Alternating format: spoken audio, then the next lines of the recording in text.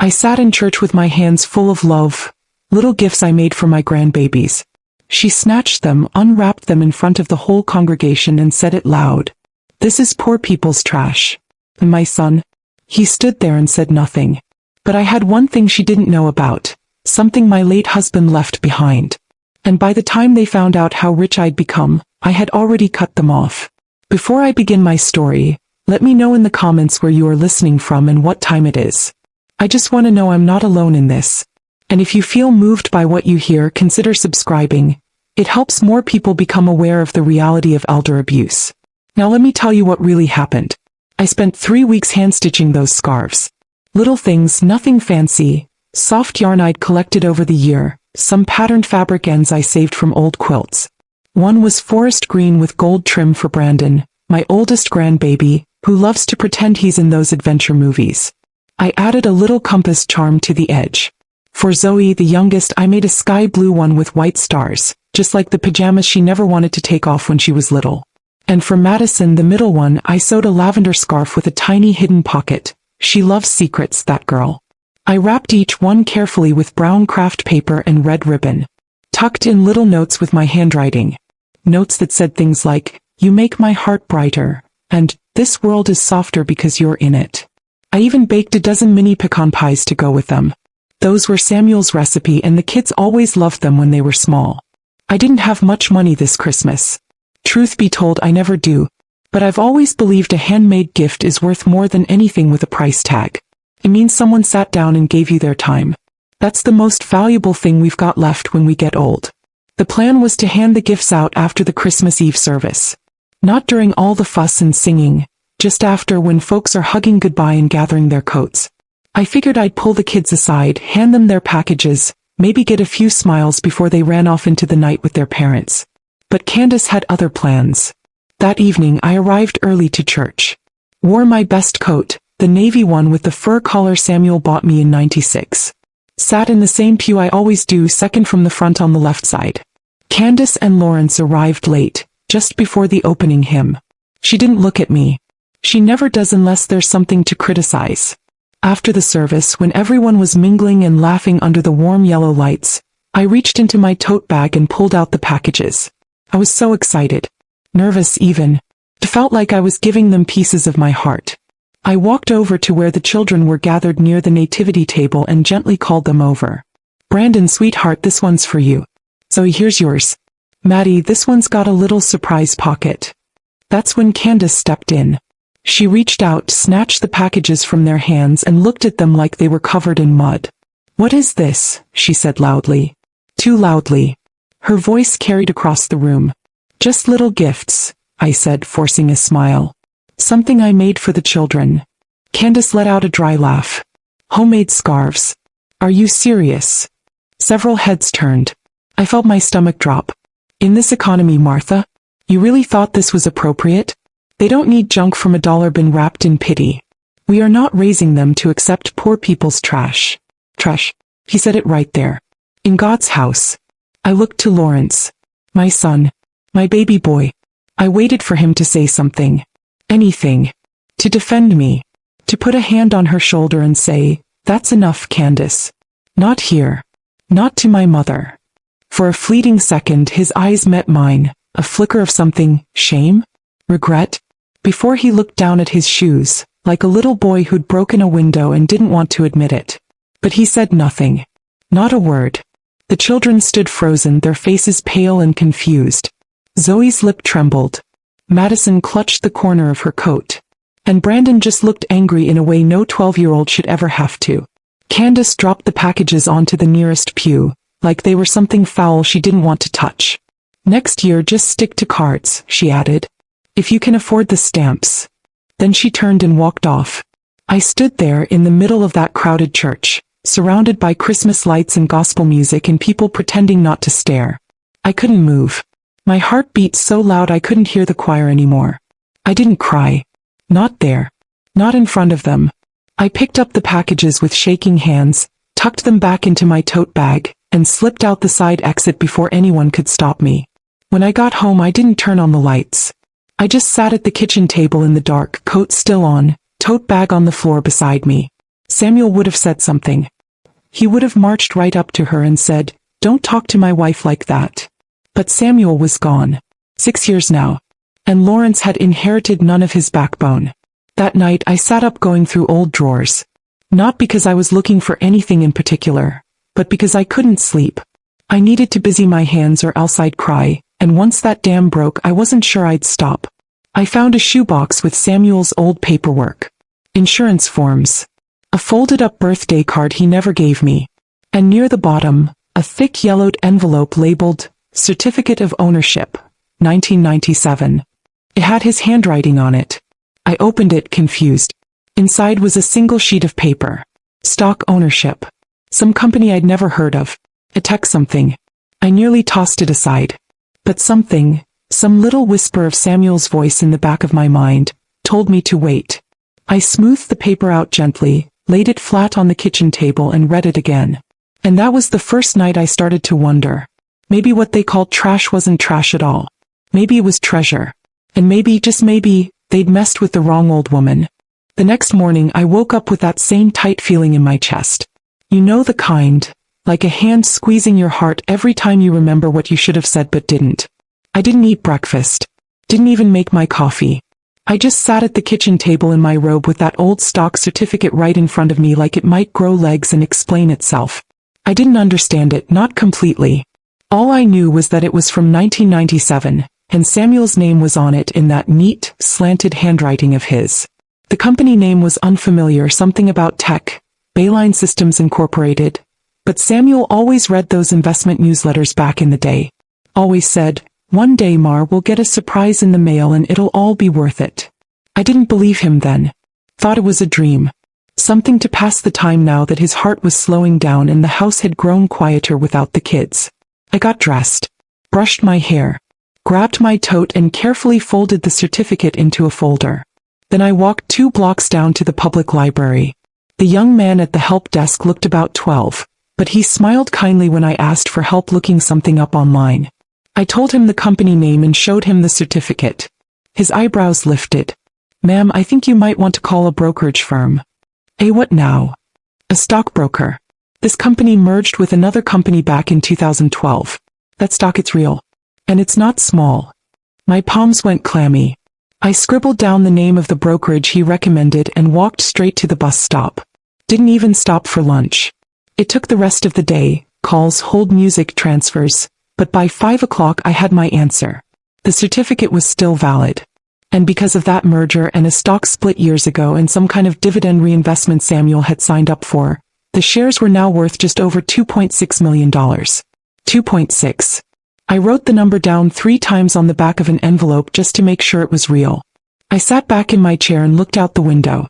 The Christmas lights on my neighbor's house blinked red and green, but all I could see was white.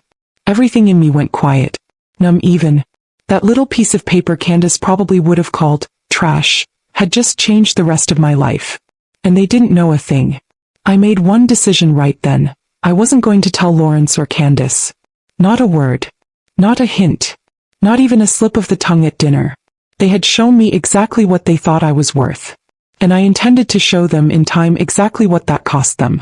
Over the next few months, while they lived in their ignorance, I began quietly building my fortress. The next day I called a lawyer. Not just any lawyer. A sharp, no-nonsense woman named Simone Keyes, recommended by Cassandra Wynne, the same attorney who helped Eunice from church a while back. Simone came to my home wearing a winter coat that looked more expensive than my whole wardrobe, and she brought a warmth with her I wasn't expecting. She didn't ask stupid questions. She didn't treat me like a senile old woman. She sat down, looked me in the eye and said, "You ready to take control of your life?" "Yes," I said without hesitation. We opened a new account, secured the assets, updated my will and started planning a trust. My trust. One that would protect that money from vultures and freeloaders, and put every penny toward things that mattered. That night I took the kids' scarves back out of the tote bag. I rewrapped each one in gold paper this time, better than what I'd used before. Not because I had to, but because I wanted to. I labeled each one with a note. "For your future. Love, Grandma." I knew what I was going to do now. I wasn't just going to enjoy this money. I was going to build with it. Build peace. Build distance. Build a legacy that skipped right over the ungrateful and went straight to the innocent. The children. Lawrence called me 2 days later, acting like nothing happened. Said, "Hey Ma, we're thinking of stopping by for New Year's. Candace wants to bring wine. You good with that?" I looked at the phone. Thought about answering. Thought about confronting him, asking why he didn't say a word while his wife embarrassed me in front of the entire church. But I didn't. I let it ring. I let it go to voicemail. He left a message. Something short. "Guess you're busy." Okay. Candace never called. Of course she didn't. They didn't know they'd already had their last holiday at my table. Simone came by again to finish the trust paperwork. I handed her a separate envelope, one with instructions to set up college funds for each of the grandchildren, managed by a third-party trustee. Candace and Lawrence wouldn't have access to a dime. No loopholes, I told Simone. If they so much as ask for gas money, I want that clause airtight. She smiled. Oh, we'll make it ironclad. Later that week, I bought myself a sewing machine. One of the good ones. I'd been eyeing it for years but never could justify the cost. I also signed up for a quilting retreat up in the mountains. 3 nights, all meals included, a private cabin with a fireplace. I had plans now. Dreams again. And not a single one of them included Lawrence or Candace. They tried to shame me over a handmade scarf. They had no idea what I was stitching together behind the scenes. But they were going to find out. I never thought wealth would feel this quiet. No sudden rush. No loud laughter. No confetti falling from the ceiling. Just me in my living room, sipping warm lemon tea with Samuel's old record player humming in the background. Billie Holiday's voice poured out slow and smooth like molasses. And there I sat with a bank statement in one hand and a bowl of fabric scraps in the other, wondering how a single piece of paper had flipped my world inside out. I hadn't told anyone. Not my neighbor, not the ladies from my prayer circle, not even my sister Darlene, who lives 2 states over and would have screamed with joy. The only ones who knew were me, Simone, and the young banker who shook my hand like I was royalty the day I moved the funds into my name. It felt sacred to keep it to myself for now. Like a seed just planted, still hidden beneath the soil. Lawrence kept calling. Not every day but enough to keep up the performance. He texted a photo of the kids unwrapping expensive gifts. Some kind of gaming console, fancy noise-canceling headphones, a leather-bound journal that I doubt any of them asked for. Not a single mention of my scarves. Not a thank you. Not even a fake one. Candace stayed silent. I figured she'd told her side of the story to a few church folks already. Probably painted me as a bitter, oversensitive old woman who couldn't take a joke. Let her talk. The ones who mattered saw what she did that night. They heard her voice echo across the sanctuary. They saw my face afterward. And those same people would hear about what came next, too. But I wasn't rushing. Oh, I was planning. That's what they don't tell you about old age. You get better at patience. You learn to time your steps. And right now I was letting the silence work in my favor. I met with Simone again and finalized the structure of the trust. We made it so tight not even a lawyered-up vulture like Candace could poke holes in it. The kids, Brandon, Madison, and Zoe, would each receive access when they turned 25. No early withdrawals. No parental interference. The funds would go straight into their hands. Their future was protected. Then we tackled my will. It felt strange, sitting in a conference room while Simone read back my own words to me. All remaining assets, real estate, and investments shall be held exclusively for the benefit of the grandchildren, and not their parents, who are disinherited in full due to emotional abuse and public humiliation inflicted upon the testator. I nodded slowly. That's exactly what I want. She looked me in the eye. You sure you don't want to leave them anything? Even a symbolic amount? I thought about it. And then I said, no. Not a penny. Not a memory. They made their choice in that church. It wasn't just about the scarves. It was about the way Lawrence looked away. The way he let Candace speak for both of them. The way he'd let her carve out pieces of me one comment at a time and acted like it was harmless. He knew better. He was raised better. And he still stood there and let me be humiliated. So no. No mercy. Only truth. One night about 2 weeks later I got a voicemail from Candace. I nearly dropped my cup hearing her voice. I hadn't expected her to reach out at all. Hi Martha, she said, sugary and stiff. I wanted to check in. We noticed you've been a little distant since Christmas. Lawrence says you're not answering his calls and the kids miss you. I just hope we can clear the air. Maybe talk things through. No hard feelings. No hard feelings. I played the voicemail again. Then again. Each time it sounded faker. I didn't respond. Instead, I sat at my desk that night and wrote 3 letters. One to each grandchild. Nothing dramatic. Just a few words to remind them who I was. That I loved them. That sometimes grown-ups do bad things, but love doesn't stop just because people mess up. I sealed the letters, put them in a box with the scarves, and gave Simone instructions to deliver them on each child's 18th birthday. Along with a simple message, your real gift is still growing. Grandma never forgot you. I booked another trip after that. This time to Colorado, a quiet little spot with snowy cabins and hot springs. I'd never seen real snow fall in the mountains. Always wanted to. At the airport, I sat by the window and watched families hustle past. Suitcases rolling, kids whining, parents snapping. I saw a grandmother holding a toddler's hand and couldn't help smiling. That used to be me. Maybe it would be again someday. But not with Lawrence. Not with Candace.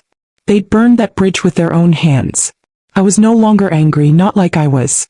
That fire had cooled into something sharper, something cleaner.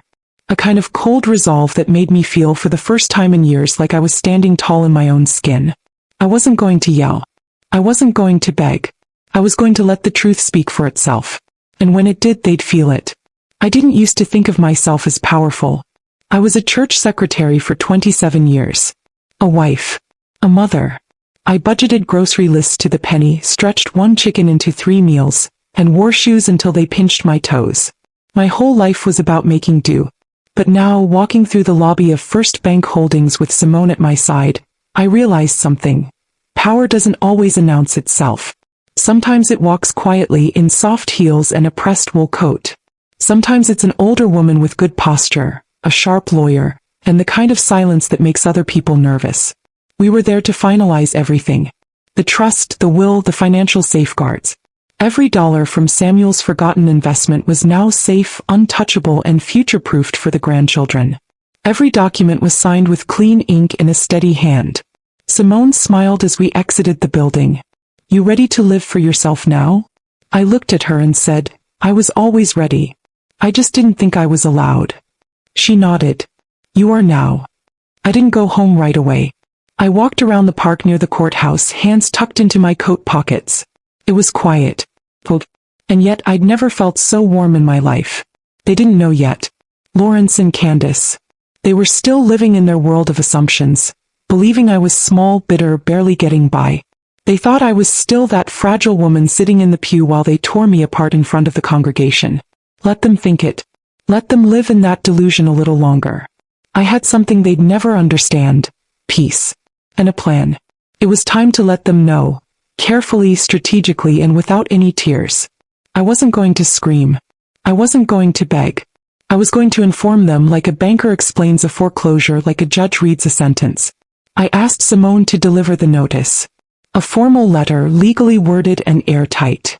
Not dramatic, just final. In it, I explained the following. That due to their public humiliation and repeated devaluation of my presence and my love, I had amended my estate.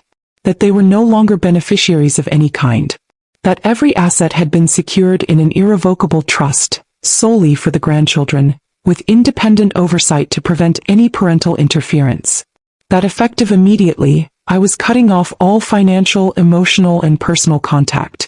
They would not be welcome in my home, nor included in any future holidays, celebrations, or moments of significance. And that I wished them well. Simone sent it via certified mail. I didn't ask her to text me when it arrived. I didn't need to. 2 days later, Lawrence showed up at my doorstep.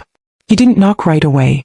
I saw him through the front window, standing there in his pea coat, shifting on his feet like a boy sent to the principal's office. Then finally, a slow, heavy knock. I opened the door, but not the screen. Hi, Ma. Lawrence. I didn't know. About the stock. About any of this. No, you didn't. You never asked what your father left behind. You were too busy rolling your eyes at my Christmas gifts. He looked down, ashamed but still not sorry. Candace was out of line, he said. I admit that. And you said nothing. He paused. What do you want me to say now? I stared at him for a long time. It's not about what I want you to say. It's about what you let happen. What you showed me. You let your wife humiliate me in church. You watched your children look confused and hurt and you did nothing. I raised you better than that. Samuel raised you better. His face flushed. This doesn't have to be forever. It already is, I said. You made that choice when you stood silent. Now I'm making mine. He swallowed hard. So that's it. I nodded. That's it. He didn't yell. Didn't cry. He just stood there stunned. Like the floor had dropped out beneath him. I didn't feel joy in that moment. I felt relief. Like letting go of a rope that's been burning your hand too long. Tell the kids I love them, I said softly. And that I've made sure their future is safe. No matter what. He didn't reply. He just turned and walked down the steps slower than he came. I closed the door, locked it, and sat down in the chair Samuel used to nap in on Sunday afternoons. For the first time in years I felt the house breathe again. The next day I booked another trip. This one was to Italy. Florence to be exact. I'd always wanted to see the cathedrals, the hills, the painted ceilings that looked like dreams. I didn't ask permission. I didn't tell anyone. I just booked it. And in the quiet days that followed, I did something I hadn't done in a long, long time. I laughed. Not a polite chuckle. A real, deep belly laugh. Right there in my kitchen while pouring syrup on waffles. Because I remembered what Candace called my gifts. She said they were trash. But I had turned that trash into a future. Into freedom. And they'd never get a piece of it. I always knew Candace had a sharp tongue, but I never expected her to use it like a weapon against me. Not like this. After she got Simone's letter, after it became real that she and Lawrence were out of the will, she didn't grieve, she didn't apologize. He went on the attack. First it was whispers at church. I heard from Sister Monroe that Candace was telling folks I was being influenced, that I was showing signs of decline, and no longer capable of making sound decisions. I let it go. I figured it would blow over. Then she started showing up. The first time she just stood in my driveway, shouting. Red-faced, hair wild, clutching some crumpled paper in her fist. You think you can just cut us off? After everything we've done for you? She screamed loud enough for my neighbor to come out and look. I didn't open the door. I just sat at the window recording her on my phone while she ranted and raved like a woman possessed. You sat on millions while we struggled to pay for our kids' tuition. We deserve that money, Martha. It's not just yours. It's family money. Lawrence stayed in the car the whole time. Didn't get out. Didn't say a word. Just stared at the dashboard like it had all the answers. I didn't respond. I didn't need to. A week later it got worse. I was attending a Wednesday night prayer circle. Quiet, respectful, mostly the elders. We were praying over Sister Coleman's surgery when I heard the doors burst open. It was Candace. She stormed down the aisle in boots and fury, her voice echoing like thunder across the sanctuary. Y'all think this woman is some innocent saint? She's hiding money. Millions. She's been lying to everyone. And now she's cut us off like we're nothing. The room fell dead silent. No one moved. Even the pastor froze. I stood slowly. I didn't say a word. I reached into my purse and turned my phone camera on again. Steady. Come. You let her spin this little story about being the victim, Candace spat. But she's bitter. She's spiteful. And she's not right in the head. Pastor tried to escort her out, but Candace shook him off. She's got money she never told anyone about. She's rewriting wills like a madwoman. This is elder fraud. And I will be getting my husband's inheritance. Lawrence wasn't even there. Just her. Just hate. They finally got her out the building, but the damage was done. I stayed. I finished the prayer. I even brought out the banana pudding I'd baked for after. But inside me, something settled. Something heavy. Not anger, grief. This woman had married my son. Held my grandchildren. Called me mama once. And now she was clawing at the air, trying to snatch what wasn't hers, slandering my name like I'd stolen something from her. I went home and handed the video to Simone. This is enough, I told her. She nodded. Then let's bury this once and for all. The next week I got served. Candace had filed a guardianship petition. Claimed I was mentally unfit. That I was being manipulated. That I needed a legal conservator to protect me. And by that she meant control me. Simone wasn't surprised. They're trying to force access to your estate, she said. But don't worry. We're ready. Court day came fast. I wore navy blue. Ironed my blouse twice. Samuel always said I looked sharp in navy. Candace sat on one side, her face pinched with smugness. Lawrence sat beside her, quiet as ever. The judge called me to the stand first. Simone, calm and methodical, presented my mental health evaluations, signed by 2 independent doctors, and then the video footage. The grainy images of Candace in my driveway, then her voice booming with accusations in the church. It filled the courtroom. When Candace took the stand, she was initially confident, delivering her practice speech about my supposed decline and her husband's birthright. But Simone's cross-examination was like a surgeon's scalpel.